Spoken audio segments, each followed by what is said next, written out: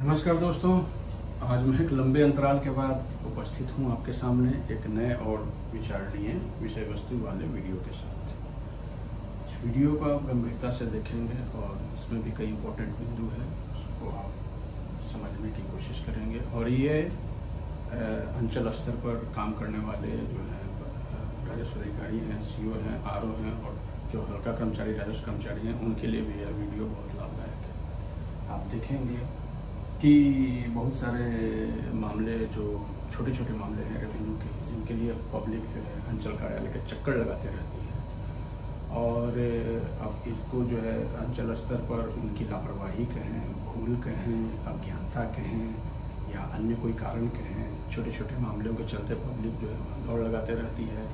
और इसमें अंचल कार्यालय के कर्मियों का भी समय नष्ट होता है, अधिकारियों का भी समय नष्ट होता है, जो हो सकता है बहुत छोटे से प्रयास से निकल जाए। तो मैं ये बताता हूँ कि आखिर में किस प्रकार के छोटे छोटे मामले हैं जो बहुत ही कम समय में निबट सकते हैं। और नहीं तो पब्लिक एक ही पब्लिक बार बार चक्कर लगाते रहेगी और इसमें ओवरऑल सभी का समय नष्ट होते रहेगा। तो ऐसे मामलों को हम लोग जितना त्वरित गति से निपटाएंगे वो हमारे लिए और ऊपर के अधिकारियों के लिए, राज्य सरकार के लिए, सभी के लिए एक बहुत ही फायदे का सौदा होगा। पब्लिक का सरकार में विश्वास बढ़ेगा, अधिकारियों के प्रति विश्वास बढ़ेगा, कार्यपालिका के प्रति विश्वास बढ़ेगा। देखिए मामले कितने छोटे छोटे होते हैं। जैसे मान लीजिए कि एक किसी व्यक्ति का जमाबंदी चल रहा हो और जो जमाबंदी का ऑनलाइन किया गया कि सारी जमाबंदियों को ऑनलाइन चढ़ा दिया जाए, उसमें हुआ क्या कि कुछ जमाबंदियां जो हैं वो चढ़ी ही नहीं, यानी छूट गई। अब चाहे किसी की गलती से या भूलवश छूटी हो, जैसे जो भी कारण रहा हो, लेकिन छूट गई। ऐसे मामले आज भी हैं। अब जब वह जमाबंदी छूट गई है और पब्लिक जो है उस जमाबंदी का नंबर का रसीद लेकर घूम रहा हो और उसके साथ उसने जिससे ज़मीन खरीदा है उसका डीड भी लेके घूम रहा हो और उस व्यक्ति के नाम की रसीद भी हो जिससे उसने ज़मीन खरीदा है, लेकिन ऑनलाइन में यह नहीं दिख रहा है कि उस व्यक्ति का जमाबंदी है जिससे हमने ज़मीन खरीदा है।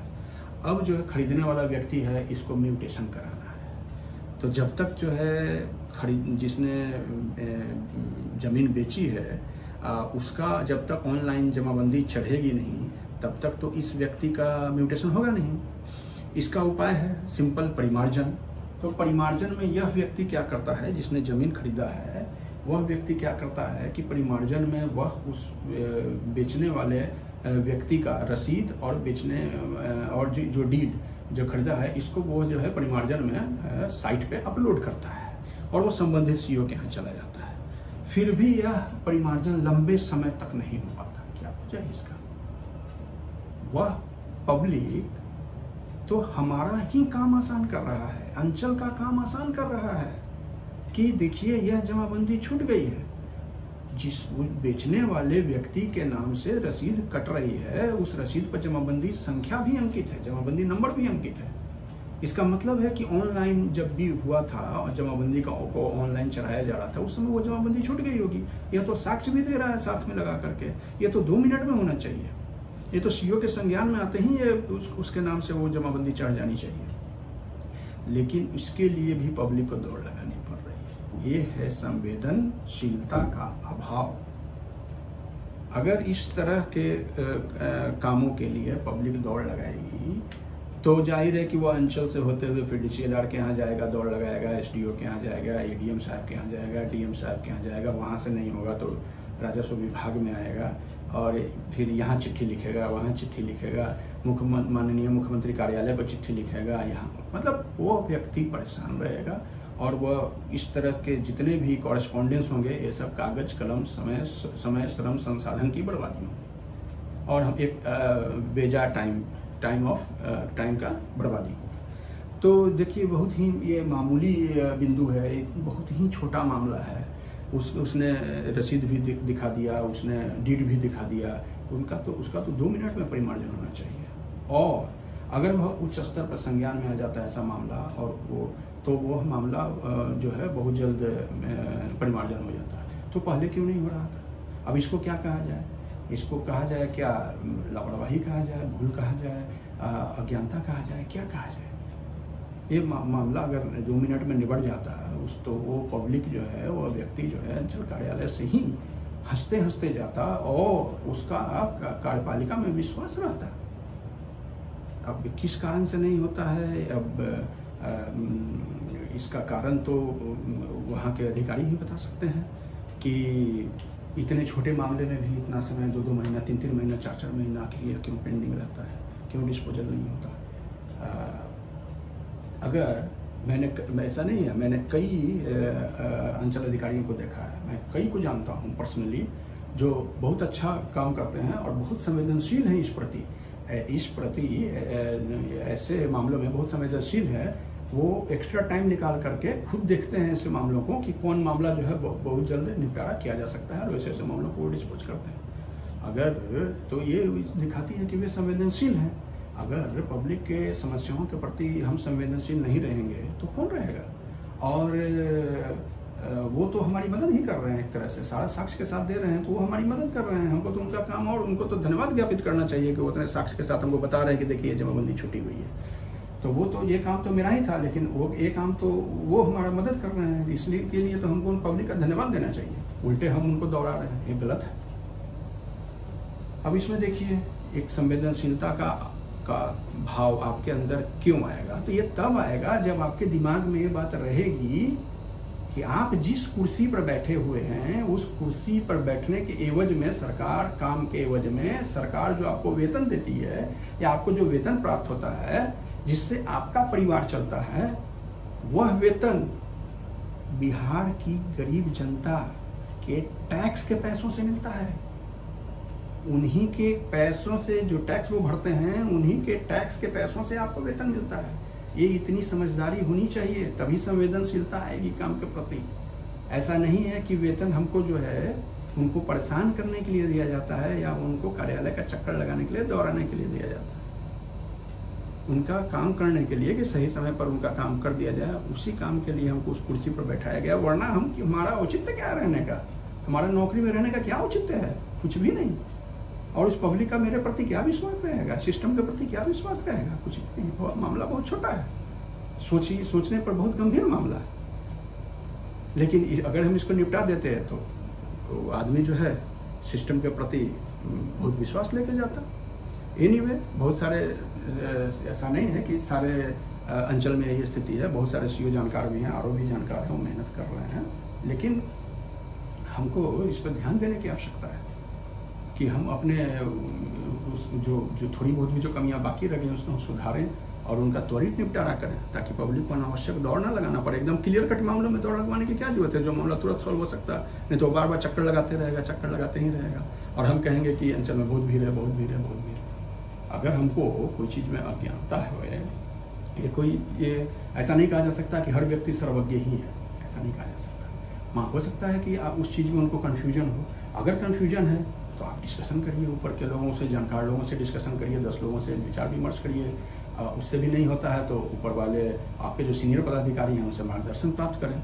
ऐसा हर चीज़ का कोई ना कोई सॉल्यूशन निकालना ही है, वरना वह पब्लिक तो चक्कर लगाएगा ही। वो तो कंटिन्यूस आपके यहाँ कितना उसको इग्नोर करेंगे, वो तो नीचे से ऊपर, ऊपर से ऊपर नहीं देंगे, फिर सूचना के अधिकार में जाएगा, यहाँ जाएगा, वहाँ जाएगा। इस तरह से वो एक आपके लिए परेशानी का सबब बनेगा। इसलिए किसी ने मामले का हल निकालने का तो उपाय आखिर हमें को ढूंढना है, और अगर हम ऐसा करते हैं, ढूंढने का उपाय, किसी भी प्रॉब्लम का सॉल्यूशन अगर हम खोजने की कोशिश करते हैं, रेवेन्यू के मामले क्लिष्ट होते हैं, नो डाउट, लेकिन अगर हम प्रॉब्लम का उपाय खोजने की कोशिश करते हैं तो निश्चित रूप से हम धीरे धीरे रेवेन्यू के एक जानकार के रूप में स्थापित हो जाएंगे। बिना काम किए और बिना डिस्कशन किए और बिना गंभीर मामलों का विचार और विश्लेषण किए हम रेवेन्यू के जानकार नहीं हो सकते, क्योंकि रेवेन्यू में 1-2 एक्ट रूल्स नहीं है, बहुत सारे एक्ट रूल्स हैं और सब का समायोजन करना पड़ता है, हर को कोऑर्डिनेट करना पड़ता है दूसरे से। तो ये इस प्रकार के इशूज हैं जो बहुत सिंपल मामलों में हमको निपटाने में देर नहीं करनी चाहिए। दूसरा एक मैं उदाहरण देता हूँ आपको कि एक सिंपल मामला है जिसमें उस व्यक्ति का मामूली नाम में अंतर था, वह व्यक्ति रसीद भी दिखा रहा है कि मेरे नाम में ये आपने अंतर कर दिया, हल्का सा अंतर है, मेरा नाम मंसूर नहीं मंजूर है, और वह उसका रसीद भी दिखा रहा है कि देखिए मेरा नाम मंजूर है, इसको आप परिमार्जन में शुद्ध कर दें। अब उसको परिमार्जन में रिजेक्ट कर दिया जाता है, यह कह के कि ये जो है ये आप और साक्ष्य लाएं। पता नहीं अब और किस साक्ष्य की मांग की जा रही है, इसके लिए और विशेष साक्ष्य क्या जरूरत है? बहुत ज़्यादा है तो आप उसका आधार कार्ड मांग लें, या अगर उसका नाम पहले से रसीद में मंजूर है और वह कह रहा है कि मेरा मंजूर कर दीजिए और आपने मंजूर कर दिया तो गलती आपकी है, आप उसका मंजूर कर दें। अपना जिस खतियान से आपने उनका नाम चढ़ाया था, जिस जमाबंदी पंजी से आपने उनका नाम चढ़ाया था, उस जमाबंदी पंजी को पुनः देख लें। यह कौन सा ऐसा इशू है जिसके लिए उसके परिमार्जन को रिजेक्ट कर दिया गया? ये असंवेदनशीलता है, हमें इससे बचना चाहिए। उन्हीं लोगों के टैक्स के पैसे से हमें वेतन मिलता है, इस बात को हमेशा ध्यान में रखना चाहिए।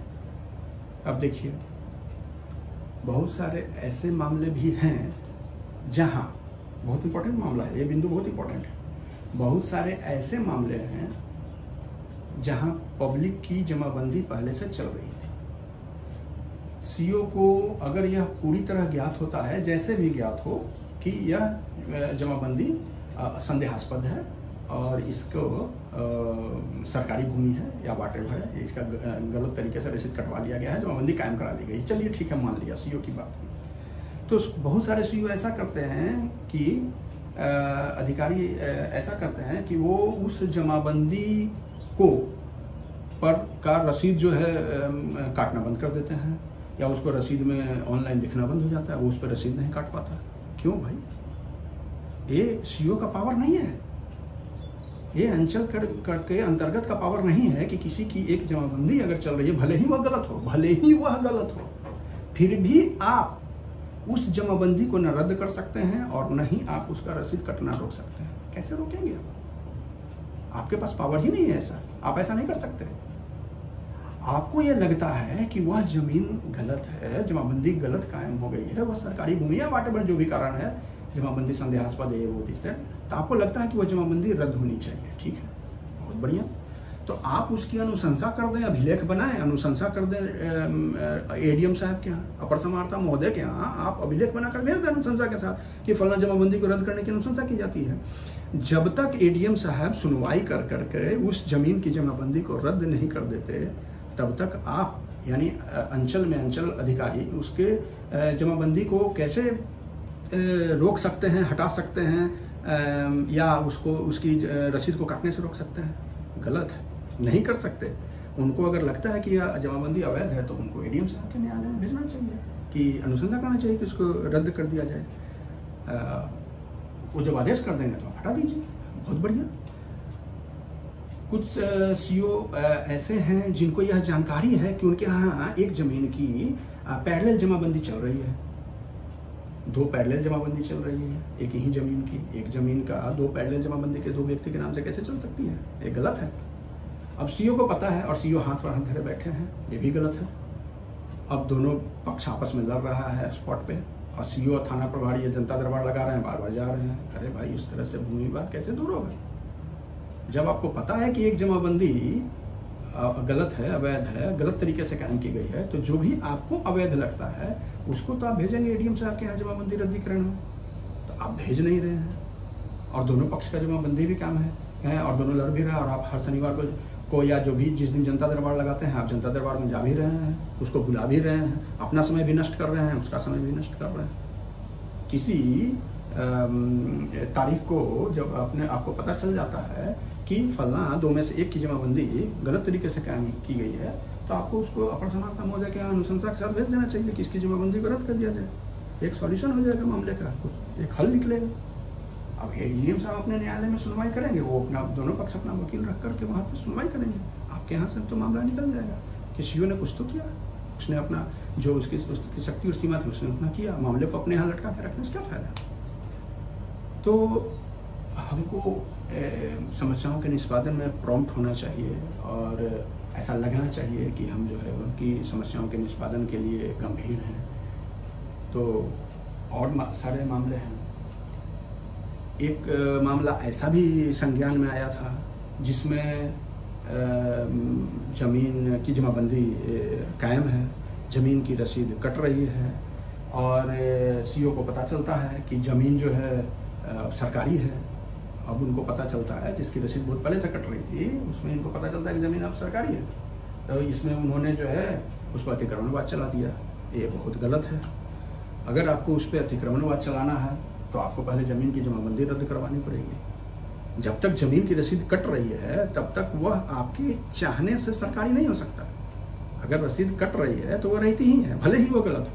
तो अब आपको उसको सही करना है, तो सही करने के लिए पहले आपको अभिलेख बनाकर एडीएम साहब के यहाँ भेजना पड़ेगा और अब एडीएम साहब अपने कोर्ट में उसकी सुनवाई करेंगे। सुनवाई कर करके वो उस पर आदेश पारित करेंगे कि ये ज़मीन जो है इनका जमाबंदी अवैध था, इसको रद्द किया जाता है, ख़त्म किया जाता है। वो आदेश जब आपके पास आ जाएगा तो आप उसको जो है अपनी जमाबंदी वाले में से हटा देंगे और फिर जब वो सरकारी घोषित हो गया तो आप उस पर अतिक्रमणवाद चला करके ज़मीन को अतिक्रमण मुक्त करा सकते हैं। उसके पहले आप कैसे कर सकते हैं? फोर्स भी आपने अतिक्रमणवाद भी चला दिया, फोर्स भी भेज दिया, मजिस्ट्रेट भी भेज दिया। तो ये तो इस प्रकार के मामलों से क्या हो रहा है, इस प्रकार के कि अगर उनकी नीचे से ऊपर तक सुनवाई अगर नहीं हो पा रही है और कोई सॉल्यूशन नहीं निकल पा रहा है तो कोर्ट में जो है रेवेन्यू संबंधी मामलों की कोर्ट में बाढ़ आ गई है। और उससे क्या हो रहा है कि अधिकारियों का फिजिकल अपीयरेंस और वाटेवर ये वो कॉस्टिंग और फिजिकल अपीयरेंस वगैरह बढ़ गए हैं। तो अगर लोग जो है कोर्ट में जा रहे हैं बार बार तो ये कोई अच्छी बात नहीं है। अगर छोटे छोटे मामलों का भी निष्पादन अगर उनको खुद हो जाए और उनको लगे ऐसा कि नहीं ये मामला कार्यपालिका मेरे पक्ष में कुछ कर रही है, अधिकारी अपना प्रयास कर रहे हैं मामले को सुधारने के लिए या उसको मेरी समस्या को हल करने की दिशा में प्रयासरत हैं, नेक प्रयास कर रहे हैं, तो पब्लिक को भी के मन में भी ऐसा विश्वास जगेगा कि नहीं वो मेरा काम हो रहा है। तो अधिकारियों को संवेदनशील बनने की ज़रूरत है और अगर जो काम होने लायक है वो कर देने की ज़रूरत है। अब मामला देखा जाए सभी को मालूम होगा, सभी को निश्चित रूप से मालूम होगा कि जल स्रोत जो भी हैं, नदी, तालाब, नहर, पइन, पोखर, ये सब जो भी जल स्रोत हैं, इन जल स्रोतों पर कोई भी निर्माण कार्य नहीं होना है या उस किसी निर्माण कार्य या सरकारी भी सरकारी निर्माण कार्य की भी अनुमति नहीं देनी है। तो बहुत सारे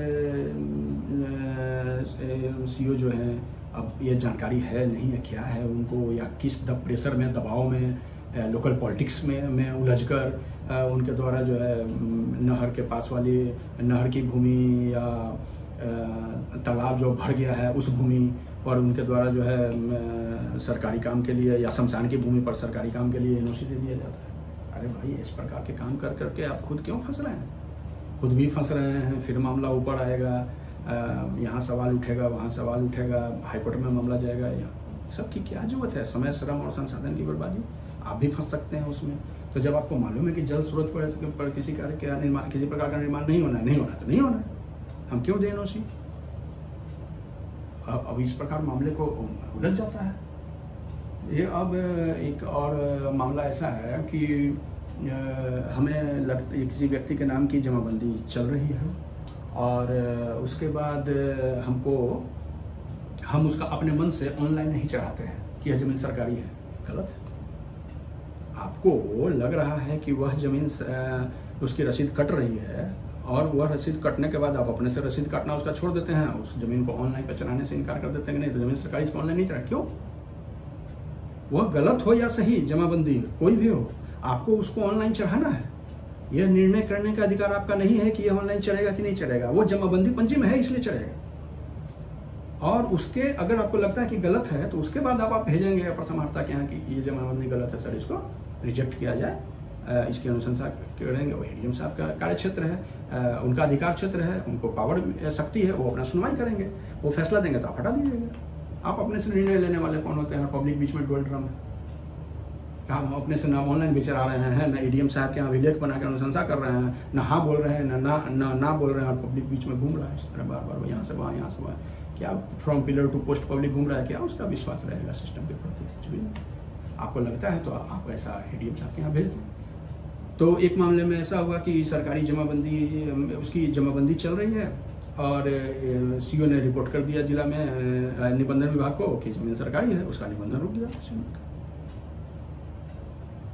अरे भाई, जब उसका जमाबंदी चल रहा है, जमीन उसका आपने रद्द किया ही नहीं, तो फिर आप उस जमीन का निबंधन कैसे रोक सकते हैं? जिस जमीन का रसीद कट रहा हो और रसीद लेके वो पुलिस घूम रहा है, तो आपको तो पहले उसका जमाबंदी न रद्द करना चाहिए, उसके बाद आपको जो करना है ठीक करना चाहिए। तो इस प्रकार के मामलों के कारण ही पब्लिक जो है, ये सब छोटे छोटे मामले हैं, कोई विशेष मामले नहीं है। इस प्रकार के चक्रव्यूह में पब्लिक उलझा हुआ है और दौड़ लगा रहा है यहाँ से वहाँ, वहाँ से वहाँ। उसके कारण हाईकोर्ट में भी, कोर्ट में भी केसेस की बाढ़ आई हुई है।